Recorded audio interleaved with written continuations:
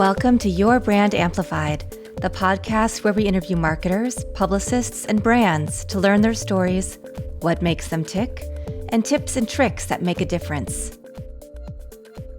I'm Annika Jackson on Your Brand Amplified, and today I have a guest who is a very successful acquisition entrepreneur, business turnaround expert, children's educational company owner, and many, many other things. And now I think endurance athlete and adventurer. But Adrian Knight didn't start out that way. At 19, he had a nervous breakdown, which led to a series of situations and epiphanies that led him to who he is today. Adrian, thank you for being here.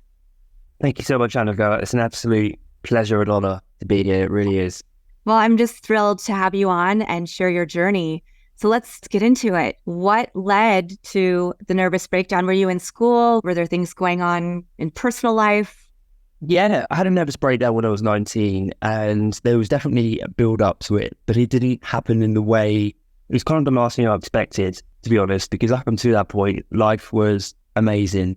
So I, just a few years earlier, so when I was 15, I was obese, like I was really overweight. And I had this sort of moment when we was on vacation up in Scotland, up in Loch Ness actually, when I sort of walked past the mirror, just saw myself, and I was just completely startled because the person staring back at me, I was like, it's not me, is it? I was genuinely taken back, and following on from that, so I made a decision that I was going to lose weight, and I did, and I lost. And in Britain, we say sort of stone, so I don't know what the pounds conversion is, but like over a 10-month period, it was about 7-8 stone, I believe. Like it was a lot of weight that came off, and I completely transformed, and all of a sudden I was this whole new person, which led into very active social life and just having a great time. And then when I was sort of following on from that over the next couple of years, I went to what we call college, which is like a higher, and I think like to the like high school, like sort of the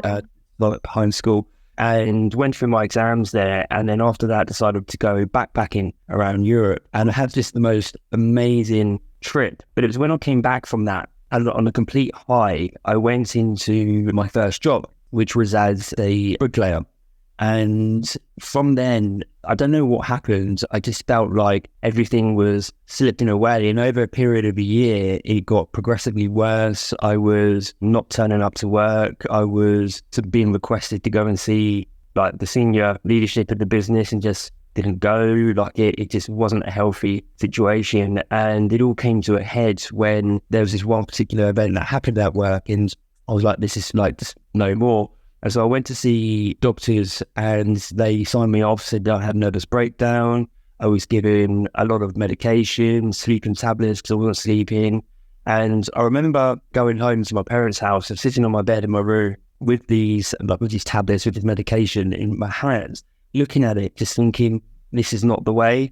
Like this just does not feel like the way, like this medication. So I decided that I was going to put that to one side, and however painful, however long it took, I was going to figure this out and just go through it naturally. And then I think that was the real starting point of, albeit a very painful journey with many ups and downs over my 20s, over the next 10 years. Yeah, I really appreciate you sharing that, because I think so many times people see the success, right? They see who you are now, but they don't know what you had to do to get there and how you had to work on yourself and what demons you might have had to face. And I relate to your story in some ways because there were things that I wanted to do, places I wanted to go for school that I didn't get to go because of this or that or the other. You know, my parents wanted me to stay in one place, or they weren't going to help me fund it. And I was afraid to take that leap myself. And it put me back years on my educational journey, my work journey. But I wouldn't take those years back because they made me have the perseverance and the strength and fortitude that I have today, which I'm sure is the same for you. Like looking back, you're seeing how these things helped build you and helped you get to the point where you can be who you really are. And that's a lot of what you've been working on, right, in your journey, is how to prioritize self-development and well-being. And it's so hard for us. We hear these words and we're like, yes, we know we need to prioritize things, but we have these 5 tasks we need to do. So how did you figure out how to course correct and how to set yourself on a different path? Because perhaps you weren't meant to be a bricklayer, right? That clearly was not the right job for you. You didn't want to be there. There were other things that you must have had, whether in your subconscious or conscious, that were dreams and aspirations. That's just it. I look back at that period and I recognize now what attracted me to being a bricklayer was I just wanted to build. Like I just had this urge to build throughout my whole life, and I've always been interested in property, and yeah, I just wanted to build. And so my natural instinct was to go and be a bricklayer. But yeah, that environment, I just very quickly realised it wasn't a bad environment. I just wasn't happy there. And that was probably as simple as it was, really. But that's just it. Like, going back to your point, so over the last couple of years in particular, I had a lot of people approach me saying, how are you doing what you're doing? Like, really want to know. And they're asking because I want to know, like, how can they do the same? I massively respect that. And I'm really open with sharing with people. But I always find myself going back to these stories, not because, oh, look what I come through, but because I also speak to a lot of people who want to do things, but are coming up against the same challenges. And I just kind of want to say, like, it's okay. Like, this is just stuff to work through. How I got on to sort of like prioritizing personal development and prioritizing my own sort of growth was I sort of recognized that I had these aspirations. I wanted to build a business. I wanted to do this and to do that. But there was one commonality that always stopped me, and it was me. Like, I had all of these issues that were preventing me from doing what I needed to do. So I had a very bad relationship with alcohol, which I didn't realize until my sort of latter 20s, just how unhealthy that relationship was. I mean, I've been alcohol free now for over 5 years, but that was, practically stopping me, because rather than getting up and working on my business, I was waking up late with a hangover. Wow. And so it was these type of issues when I can't do this business thing until I figure out and address this, like, alcohol situation as an example. And so, yeah, it was just like funny how it all sort of came about. So looking back, I'm incredibly grateful for those challenges and those inner demons, because they led me to places I actually wanted to go. Yeah. So talk about that journey. You are also an author, which I think has a lot to do with how you've created this life for yourself. But you left the job, you went, and what did you do after that? Traveled, take other jobs before you started your franchise business? Yep. So I left the bricklayer job and decided to go to university, so the college, purely because my girlfriend at the time was going, and I didn't want to be left behind. And I got accepted to university. I got accepted to study architecture, but decided that 7 years of academics, I wasn't suited for that. So I ended up going to study construction management in a city just outside of London. And I actually live just outside that city now.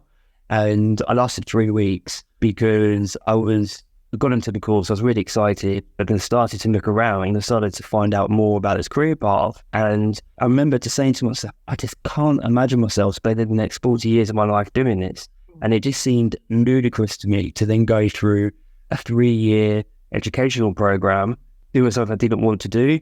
But so that happened when I first went to university, I started a student business. So I started a business focused on students, and that took off quite quickly. So I ended up staying for 3 years, having an amazing time, not having a great, like, all of the social benefits of going to university, but I wasn't actually studying. And I mean, I kind of was, but I was getting a different type of education. But I'd done that for 3 years. And at the end of that period, when all of my friends were graduating, I quickly sort of came to the conclusion that I didn't want to be 30 years old and still doing this. It was time for me to move on as well and go into the real world. So. Wow. So then what was your next step? And were you still with the girlfriend? Did that relationship last? No, it didn't, unfortunately. No, it didn't. Yeah, it was a real shame. But yeah, so I went into IT sales and I done okay. I started in the trainee, got promoted quite quickly, and I sort of moved through the ranks to a team manager. But I was still having a lot of these, like, personal battles. I mean, my confidence was just rock bottom after that nervous breakdown. Like, it was just so bad. I couldn't look people in the eye, and I was a shell of myself, which I can't quite believe, because in the environment I was in, I mean, it's part of the reason why I went into that environment was to bring myself out, and it did to an extent, but it didn't really. Like, I only sort of half solved some of those issues. And then after a couple of years, I decided that I was going to go traveling and pick up the traveling again. But the decision to go traveling was different. Whereas the first time it was about exploration and adventure, this time it was about, if I'm honest, it was about running away from myself and those demons. So I remember getting a flight out to Thailand and basically locking myself up in one of the wooden cabins there. Didn't come out. Like, I was just almost like recluse for quite a while, and worked my way around Southeast Asia, but sort of with as little social interaction as possible. And it's a weird time, if I'm honest. Yeah. Well, did that, when by escaping, right, and running away and not being as social, did you become more introspective and start working on some of those inner things, or did you still put walls up in front of yourself? So my best mate from university wrote me a letter when he found out I was going travelling, and told me not to open it until I got on the plane. And so I didn't, and I got on the plane, and it was I still got the letter. It was a really lovely letter, and he basically said, I hope I find kind of what I'm looking for in terms of myself. But his big concern, hadn't known me for quite some time, was that introspection is like for myself, and took in the context of myself. It's good that you take the time to reflect and so, go inside yourself. But he had noticed with me there was a balance, and that it could go the other way, in which it could become unhealthy. And that was very much where the place I got to in that trip. And I stayed there for quite some time, if I'm honest. It wasn't the healthy type of reflection. Wow. So then what happens next? You're in Southeast Asia, you're not being correctly, if you could say, introspective, you're not finding and getting to the point that you need to get to. What helped you finally? Was there an aha moment? Was there an event that happened? I gradually made my way down Asia and I went over to Australia, and I wanted to spend New Year in Sydney, which is why I sort of made the trip. Otherwise, I think I'll probably still be in that cabin now in Thailand. And so I made it to Sydney, and then I decided to head over to Perth for some reason. So it was when I was in Perth. Again, I was walking past a TV, and someone was watching. I wasn't watching it. I walked past the TV at the place I was staying, and I heard this comment on the TV where someone said, "Coffee, if you've got caffeine, it's really addictive." And like, we all know this. It's nothing new, but the way it was said, and I think just that frame of mind I was in, really hit me and struck a chord, just as that chord had been struck when I was in not connected the way. And I was drinking a lot of coffee then because I was struggling to sleep, and like all these different, I'm staying up late and but tired but not tired, and I was drinking so much coffee. And I made a decision not to drink coffee for, I think it was about a week. And this was Perth, so it was 40 degrees Celsius. The locals were sleeping out on the beach at night because it was so hot, and they was having a heat wave as well. And 2 days after making that decision to stop drinking coffee for just a little while, I came down the biggest withdrawal symptom I'd ever seen. I was shaking, sweating. I was with a couple of English people who were feeding me some like English cold and flu tablets. And I was like, is this the hold that caffeine had over me? I was in complete shock over it. And I've not actually drunk coffee since then. I think it's been about 12, 13 years now. But it was shortly after that same moment, it must have been like couple of weeks later, when I just came to the insight that actually I didn't want to travel. I wanted to go back home, and I wanted to start building a business. And that was the only insight I had, and nothing else. Only that was probably the thing I wanted to do right there and then. So I took a flight home and started my unsuccessful entrepreneurial journey at that point. But the reason I tell the story of the coffee is because one of the things I have really observed and noticed over the years is that my success has come from subtraction. And what I mean by that is I always thought that to be successful, it was about adding the skills, it was about adding this and adding that. Where in fact, like, experience has shown me, my personal experience, that it's been the complete opposite. It was when I took away the alcohol, it was when I took away the coffees, when I took away the smoking, and took away like all of the vices, essentially. That's when my life started to propel forward. It was taking things away that seemed to move things forward. And I just, whether it's connected or not, being so closely, after all of that time of traveling, and then within like a week or two of, deciding to take out the caffeine and the coffee element, coming to that insight, it just, it feels connected. It's very connected, and it doesn't have to be something that's considered a vice, right? It could be all of the different things we say yes to in our daily lives. And I feel like, especially as we get older, we realize that the more you say no to, the less distractions you have, the more clarity you have on the things that are really important. And so I feel like that was a huge aha moment for you. You took away these vices one by one, and then it didn't take very much time for your brain to say, okay, now you're ready. Yeah, it's so counterintuitive, but makes complete sense at the same time, like logical sense. It's hard to get to.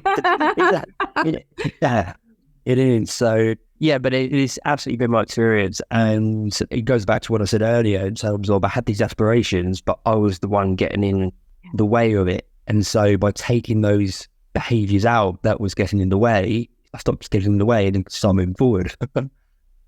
Definitely. So you came back, and what next? So my 20s were hard. I had a really hard time in my 20s because what came next were the best part of it, just under, it was up until my sort of around until the 30s, so 7-8 years of business failure after business failure. So I had 12 failed startups over that period, and was just adamant that that was my path. As bizarrely as that sounds, I remember my dad saying to me, why don't you just stop this and get a job, and why don't you just do this? But it was coming back to that authenticity of what we've seen prior to recording, and I just knew that wasn't my path. I knew this was my path, and I couldn't figure out why I couldn't make it work. I just I'm going to do this, I'm going to do this, I'm going to do this. And I remember getting all philosophical with my dad. He said, like, if I keep failing, it just means that it's setting the foundation for something bigger with the mold up. And he just looking at me like, are you mad? Go and get a job. But I really felt that, like I really believed that. And it did lay the foundation for my career going, like taking off as an entrepreneur, business owner, but in a slightly different way than I thought it would. So what was the impetus behind the business ideas? And I think you're a perfect example. There are people who become entrepreneurs because they have one driving passion and they're tired of, maybe they're mid-career professionals, they're tired of doing that and they want to, pivot and switch. And then there are people who I think are born entrepreneurs, and that sounds like you. And what people don't realize is the entrepreneurship journey is not instant success. There's a lot of failure, a lot of lessons learned that help us almost fail up to the next level. And so it sounds like that. So I'd love to hear what's your opinion on that, and also what kind of companies were you trying to start? Yeah, so I completely agree with everything you said there, entirely. Really agree with that. And what I've also noticed is that there's different flavors of entrepreneurs, and this I think was when the penny dropped to me, because I am a terrible startup entrepreneur. I'm terrible, like going from like 0 revenue to say 1 million revenue. Like, I'm not the guy, that's not me. But what I recognized as I started getting into the world of buying and selling companies was that, oh, wait a minute, there's different types of entrepreneurs. So I'm more suited to businesses that are sitting at 1 to 2 million revenue and taking them to 5 million, 10 million. But even then, the levels change again. I'm not the person to take it past 10 million. Like, there's different flavors of entrepreneurs, and that was a great insight for me as well, because the entrepreneurial journey is hard, and its success is achieved by fading up or fading forward. So failure, but every step is taking you closer to it. But my big problem was, like, in the context was, I comes up with the idea. I was great at being able to see this is where it can go, almost validating that idea, like in terms of being able to validate that idea without any proof, and then to start buying people into this and to get things moving, bringing a lot of energy. But that's where I'll stop. And so that only doesn't go so far. And you then need to start putting in systems and processes and building out the operation side, which is where I just fell flat on my face time and time and time again. Yeah. Operations is definitely, when you're the creative person who has the ideas, I think operations can be very difficult for us. Yep. We're like, we have all these things. We know we can see us going there, but we need these systems in place so that we can duplicate this and other people can come in and help us build this. Are you ready to take your brand to new heights? Join the Brand Amplifier for Entrepreneurs program. Learn how to build, elevate, and amplify your brand with a comprehensive 10-module course. Learn more about it and other ways to implement our strategies at fullcapacitymarketing.com. Click on EFCM Learning Hub for more information. Can't wait to help you amplify your brand.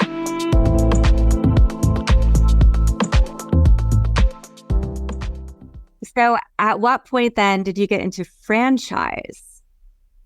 So after my failed startups, I've literally coming up to my 30th birthday, and my friend, the same guy who had written me that letter for the play, he was working for a global tech company, and said, do you want to come in on a contract in IT sales? And I took it because I literally didn't have any money. I think I was 29 and still living with my parents. Being like, I've moved in and out, but I've been back more time. Well, I've been back so many times, and I was like, I need to get out of here. And so I took that job, and I had discovered franchising because I actually wanted to move over to the US. My friends and family have always said, you're an American born in the wrong country. Like, I just love anything that comes with like the mindset. It's just, I've always been very attracted to it. I wanted to see if I could have a better chance of success and building a life in America. But the visa situation, you need money for that. And so I didn't have any, so I took this contract, and I started exploring about how I could, different ways of getting a visa. And I discovered that starting a business was a great way, but an even better way was buying franchise. So I was like, oh, franchise. And for me, that was just like McDonald's and Domino's and flashing neon signs. And so I started to look into it, and I immediately fell in love with the concept of franchising, which is take something that works and you replicate it. And a very long story short, I ended up flying out to California, training in franchise recruitment, went back to the UK and started presenting franchising to the senior corporate professionals who wanted to move out of corporate, but had into business ownership, but didn't want to take the risk. And that was my business concept. And I left that contract, started that business, figured out how to get it going. It was just me for the first 3 years, and built up a very small team. And that was probably the most successful startup I had, but more actually the most successful failure I had, because I never actually made any money from it. I just loved it. I just loved speaking to the people and the sector. So amazing. And now you have the Spectacular Group. Yes. Yeah. So things really changed for me when I found out I was going to be dad to my beautiful little daughter, Evie, she's now 4. Oh. And when I discovered that, I spent a lot of time reflecting, but in a more healthier way. I did a lot of running and walking, and just sort of asking myself, what type of dad did I want to be? And I'm a very hands-on dad. I've always seen myself as hands-on. I wanted to set up like mystery tours and go on mini adventures and just get involved and always be there for like bath times and stuff like that. But I knew that I couldn't do that when I was working every hour under the sun and not big enough, not earning enough to be able to support. And so I'd always liked this idea of buying a set of businesses. And I decided that if I was ever going to do it, now was the time. And I done a little bit of training, but basically just threw myself into it. Within 3 months of dropping everything, like I did my decks and went all in, I acquired my first company, which was a 30-year-old franchisor, a consultancy, and I bought that for £1. And I actually exited that last year for a very healthy 6-figure sum. And that, even though I hadn't exited at the time, that was like the bug. I was like, this is cool, because all of the stuff I was struggling with was already in place. Right. So amazing. So what does everything look like now for you? Yeah, so that first acquisition led me on to founding Spectacular Group, which is a children's education group. So that was founded in 2020. And within 2 years, I founded that purely through acquisition.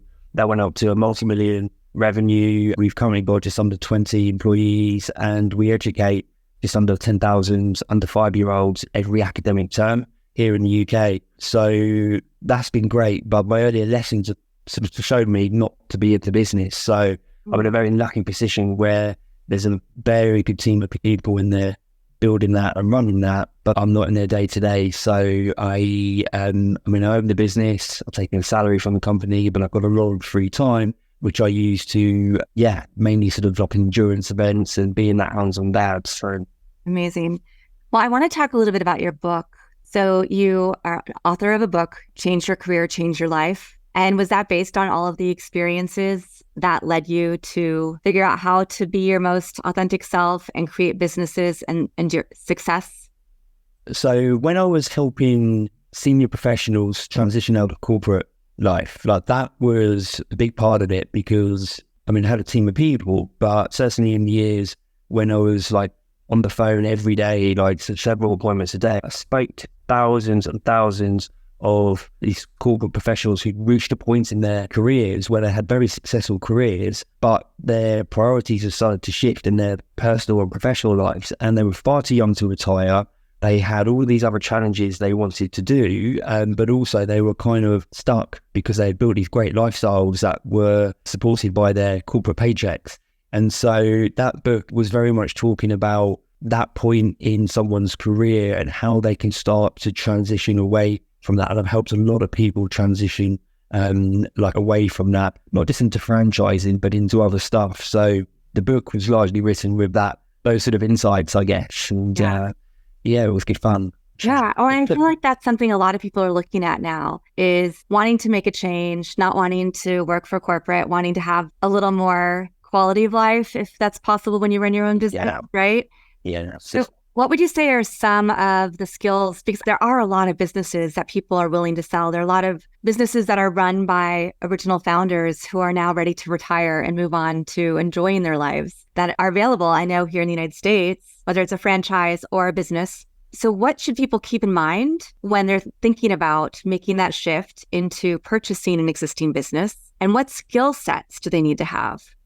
It's a great question because there's a couple of things.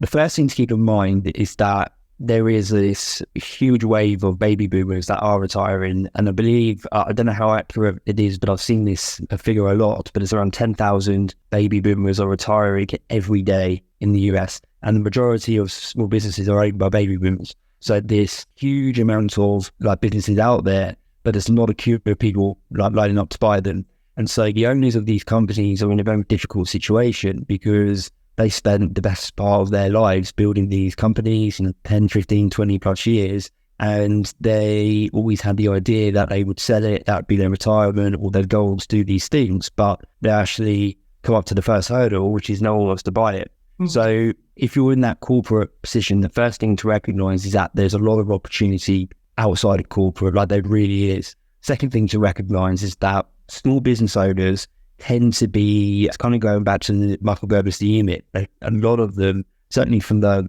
hundreds I've spoken to from an acquisition perspective, they tend to be the practitioners that have gone into and known the business. So they are the bakers who now own a bakery, and they are the mechanics who are in the garage. And if you're coming from the corporate world, you have a skill set that is just alien to them because in many cases you've done leadership training, management training, you've been in those corporate environments, you know how to operate within a corporate environment and outside of that world. So you don't even recognize it. Like a lot of people don't recognize it, but put out as a small business context, wow, you can do amazing things. But the challenge there that I've seen a lot of people have is those who are in corporate and trying to come out, they're speaking a different language. They're speaking corporate language where small business language is very different. So there's a language discrepancy as well. Then there's so many other like sort of caveats and things, but fundamentally, if you're in that corporate career, there are a lot of options out there. You don't have to stay in corporate. There are so many options out there, and it's just starting to explore and seeing which ones can work for you. Yeah. I don't know how many people today have read E-Myth, so I'm going to link that in the show notes because I immediately caught those references. Yeah. I'm like, yes, exactly.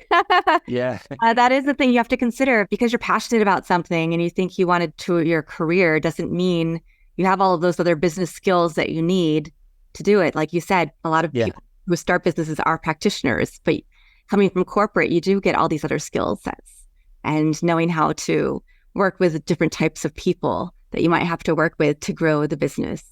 I was going to say exactly that. And the trick to buying small businesses is you don't want to go in being all about the finances. You want to go in and it's about understanding where that business owner is at, like what are their motivations, and it ultimately comes down to being a people person. The numbers have to stack up, but you don't have to go in first conversation, first 5 minutes, right, let me see, what's your top line, your bottom line? Like, it's not about that. It's about why now, what's going on, what's happened and that. So people coming from those corporate environments, they know how to operate from a people perspective. Otherwise they wouldn't have gone up the ranks to where they have. If they, if they couldn't, then they wouldn't have. So. Nice. Well, and speaking of finances, how did you fund your initial businesses? Because, having that many startups, were you able to get funding? Like, did you have savings? Did you have to go to the bank and get a loan? Did you have friends and family investing? How do you start a business, or how do you buy a business if you don't have those assets set aside? Yeah, it's a brilliant question. So I never had any money. The startups failed largely because they run out of cash before, and I could never afford to bring the people in to complement my skill sets. And so I was still going. And that was the great insight, was that many ways it's riskier to start a business than it is to buy one, because the key with starting the business is like you're figuring everything out. So you have to have enough cash to figure out and validate your business model. But you need to do that before you run out of cash. But with an established business, it's already been figured out. So you can go into a vehicle that's already running. But I've done 9 acquisitions now, and I've not actually put any of my own money in at all. I've structured deals in a way don't get me wrong, like I've paid, for a single business, my last acquisition, hundreds and hundreds of thousands, but I never actually put any money in of myself. And the money on the consideration on day one was minimal. I mean, it was £10,000, which was paid on day one, but I had arranged things in such a way so that by day 7 of ownership, I'd actually got 30,000 out. And so you don't need money to buy, but you don't need loads of cash, and you definitely don't want to be putting your house on the line or going into your savings to do this, because I was in a position where I simply didn't have the money. But what I recognized in hindsight was I'm really happy I didn't have the money, because when you buy a business, it's highly risky.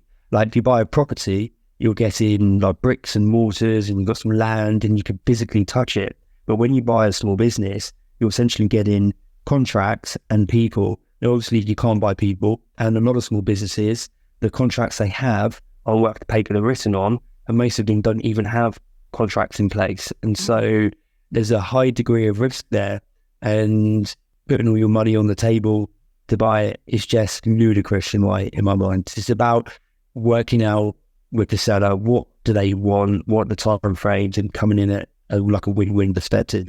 Nice. Yeah. So doing maybe some seller financing, which makes them happy because then they get a steady check to them, right? Instead of just a lump sum that I think a lot of times when people get lump sums, they aren't responsible with it. It was a different scenario, but I was hearing about a lottery winner in Los Angeles who got like the $1 billion lotto, and he's buying houses all over the place and fancy cars and completely changing his lifestyle. That money's going to run out because that lump sum billion isn't really a billion. It's less than that. It could still be plenty to live on, but if you're not being smart about it, So I imagine that would be very reassuring also, because they know that you're going to be a good steward of their company and their business that you've taken over. That's just it. You have to earn that trust, because there's also the other side of that as well. What if you take over the business and you mess it up, type of thing? So it goes back to that relationship and being the people side, and just being human and being really authentic, like really transparent, and approaching it from a moral and ethical standpoint of, look, I want to make this work. I believe I can make it work.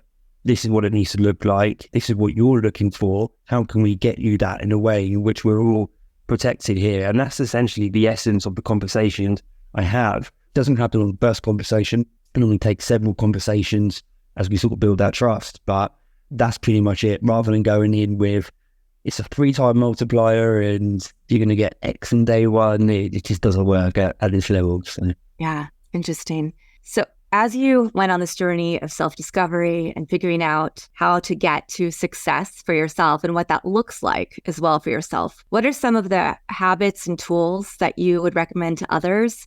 Because you said that you're also, especially the last 2 years, you've been helping advise people on how they can achieve that, right? So when people have been approaching me over the last sort of couple of years, how are you doing this? And I hadn't really given it much thought, but when I really thought about it, I recognized that it was directly correlated to what effort I was putting into growing myself. And so I have a very like structured sort of like personal development plan and like routine and just structure that I follow that is the secret sauce to like genuinely secret sauce to all of it. So I'm up at 4 a.m. I read 10 pages, I meditate, I visualize, I exercise, and I do a variety of other things throughout the day, which I prioritize above everything else, like literally everything else, because what it does is you can take, say, the wake up time. Before I used to wake up and go straight into dad mode or go straight into work mode, and I would be at, say, level 2 or level 3 version of myself. Now I wake up and spend the first 3 hours investing in myself, like investing the time and building myself up. So when I come back from the gym at 7:30 a.m. and I walk through the door and I see my daughter there, I'm a different type of dad, I'm a different person. And then I go in, like it carries over into the day. So I'm going into the day as like a level 7 version, level 8 version, which when pretty much everyone else is operating at level 2 or level 3, you do stand out and people notice it, and it has a very tangible impact in terms of, I know that I've had opportunities that I just wouldn't have before. I made deals happen which had equaled financial gain that I just wouldn't have happened before. So I structure that in a particular way, and I actually share a lot of this on my Instagram profile. So I post on Instagram several times a day, and it goes back to what we spoke about at the very beginning, which is I just want people to see the reality of what's actually going on. Like, I still wake up and I feel anxious, but people don't see that. They see the car. And so I'm sitting in the car on my Instagram doing a story saying I woke up feeling really anxious this morning, and these are the reasons why, and this is how I felt, but this is what I've done about it. Like, and so I don't know, it's just a question, but there's so much like... No, I mean... And I know that Instagram is one place we're going to share in the show notes for people to go to and follow and see your routine. Are you turning this into a course? Are you going to be doing some mindset talks or coaching or another book? Because I think all of those things would be valuable.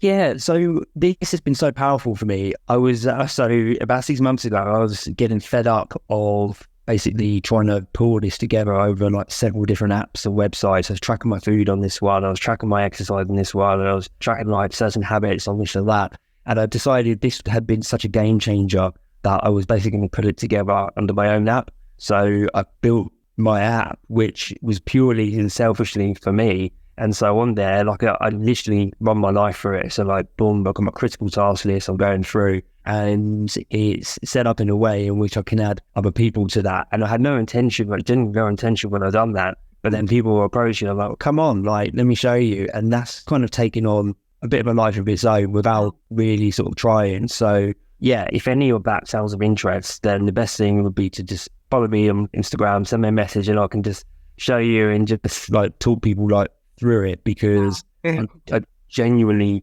day by day run my life by this, and it's a game changer. So. Amazing. Do you have a favorite quote or mantra, family motto, words of wisdom that help you with your day to day? Well, I've never been asked that. The one that always goes around my mind, and it has done since that nervous breakdown, actually, it was, you're the greatest investment you'll ever make. Oh, yeah. And it just reminds me that, and I remember reading a line in Stephen Covey's 7 Habits of Highly Effective People, which was, for every 1,000 striking at is like the leaves of evil, there's one striking at the roots. And I always connected that, thinking that we are the roots, like you are the roots of your life, and it ties directly into you're the greatest investment you ever make. And yeah, the last 15, 20 years has just proven that is when the focus has been on growing and investing in myself. That's when everything else sort of took care of itself. Yeah, amazing. Adrian, is there anything else you want to share about your journey or any advice that you have? If someone's listening to this and going through a hard time, whether that be addictions, whether it be anxiety, whatever those problems are, just to recognize that it is okay, like it is normal, and we all get this, just not many people will talk about it, and that you can work through this stuff. It's very often the case of just putting one foot in front of the other and moving forward, rather than getting, so caught up in overthinking or over analysis and just going round and round, and before you know it, a year's gone by. So I would want to say that it is okay. a lot of people experience those situations and just move through it step by step, just focus on the next step, and it will gradually start to work its way through. Thank you for sharing that. This has been such a fun conversation, very inspirational. And if you want to follow Adrian Knight, you can go on Instagram.com, Adrian J. Knight, as in knight in shining armor, to follow him and get all of his advice, find out more about his app. Maybe you'll release it eventually and in the App Store or something. I can see your next business venture. Yeah. Yeah. So thank you for taking some time. I know it's late in England, so I really appreciate you coming on and sharing your journey and your story, the good and the bad, and how it helps you really become the whole person that you are today that we see in front of ourselves. Oh, thank you so much. It truly is a great pleasure to be here. I'm really honoured to be on here, and I just, please keep on doing what you're doing. It's I listened to a few episodes like now, and I'll listen to the next one, and it's some really good sort of stories and inspirational content on here. So thank you. Awesome. Well, thank you. I appreciate that. And speaking of which, listeners, if you like this episode, give us a rating and review on Apple and Spotify, Good Pods, or wherever you're listening to this podcast. With that, I'll be back again in a few days with another amazing guest sharing their story. And I'll put all the stuff in the show notes so you can follow Adrian and learn more about his different companies and follow him to get inspirational content via his Instagram. Want more? Check out amplifywithannika.com or follow me on socials at amplifywithannika.